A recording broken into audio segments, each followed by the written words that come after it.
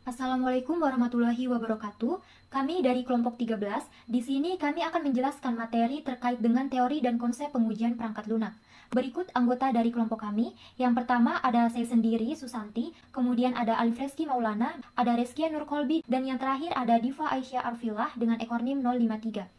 Baik, langsung saja masuk ke materi yang pertama, yaitu teori pengujian perangkat lunak. Nah, sebelumnya apa sih pengujian perangkat lunak itu?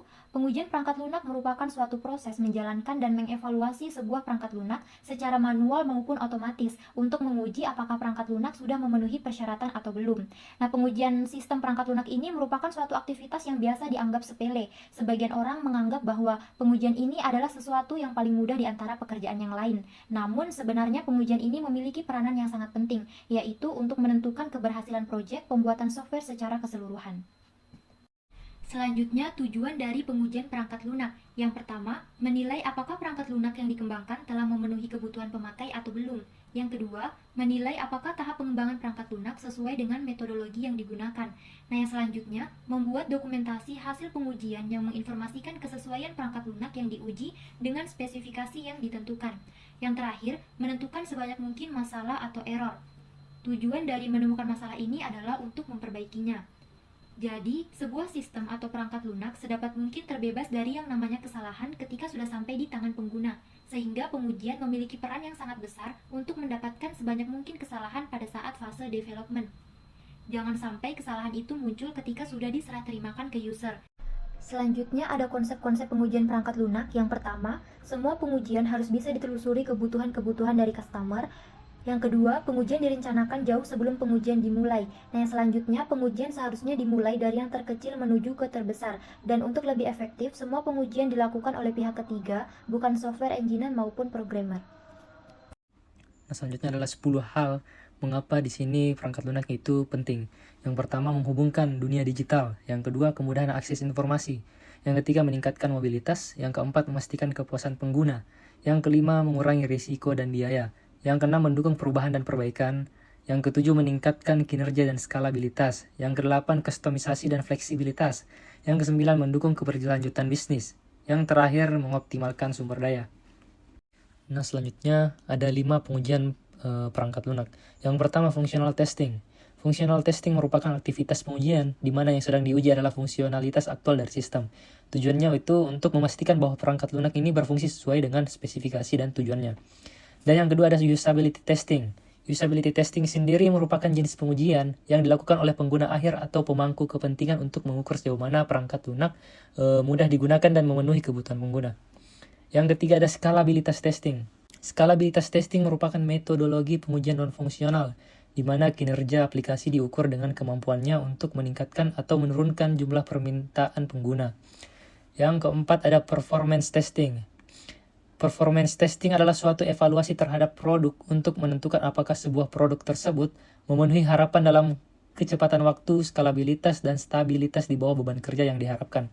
Dan yang terakhir ada regression testing. Regression testing sendiri merupakan tahap pengujian untuk mengkonfirmasi apakah perubahan kode tidak mempengaruhi atau merusak fitur-fitur yang sudah ada, yang akan memastikan bahwa kode lama masih bekerja dengan baik dan tidak mendapatkan efek setelah ada penambahan atau perubahan kode. Baik, selanjutnya ada sejarah pengujian perangkat lunak. Yang pertama ada era debugging pada tahun 1950-an.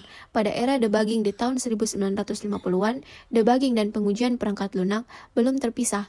Pengembang fokus pada memperbaiki bug yang muncul selama proses pengembangan tanpa perbedaan jelas antara debugging dan pengujian. Selanjutnya ada era demonstrasi yang terjadi pada tahun 1957 sampai 1978. Pada era demonstrasi ini, debugging dan pengujian mulai dipisahkan. Fokus utama adalah memastikan bahwa perangkat lunak memenuhi persyaratan meskipun konsep pengujian negatif atau penghentian aplikasi belum diterapkan. Pengujian lebih berorientasi pada verifikasi daripada upaya aktif untuk menemukan cacat atau kesalahan. Yang selanjutnya ada era kehancuran yang terjadi pada tahun 1979 sampai 1982. Pada tahun era kehancuran ini, pengujian perangkat lunak fokus pada pemecahan kode dan upaya aktif untuk menemukan kesalahan.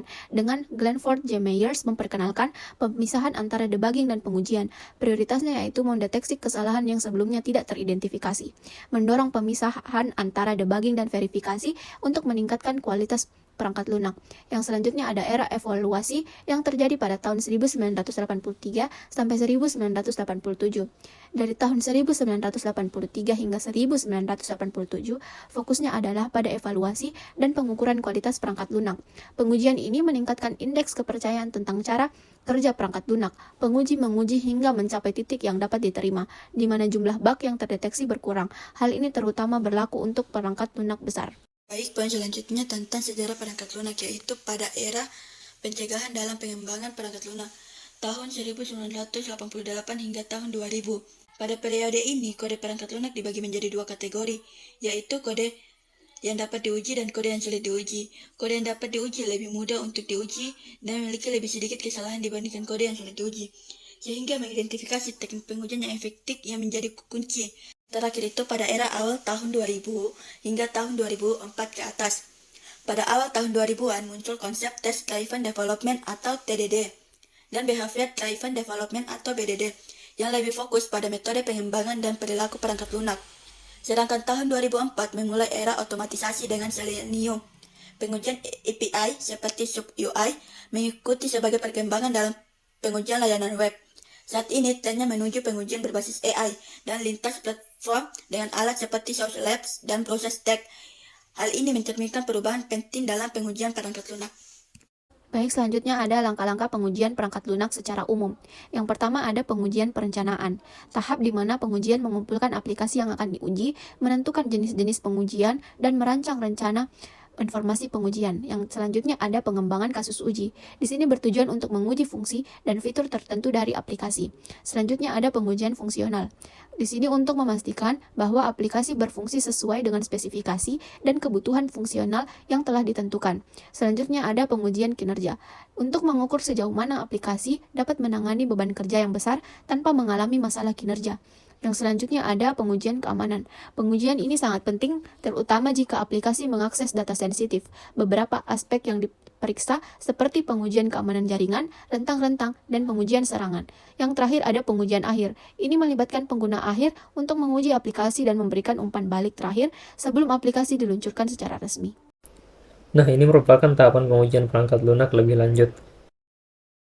Sekian materi yang dapat kami bawakan terkait dengan teori dan konsep pengujian perangkat lunak. Saya ucapkan terima kasih atas perhatiannya. Wassalamualaikum warahmatullahi wabarakatuh.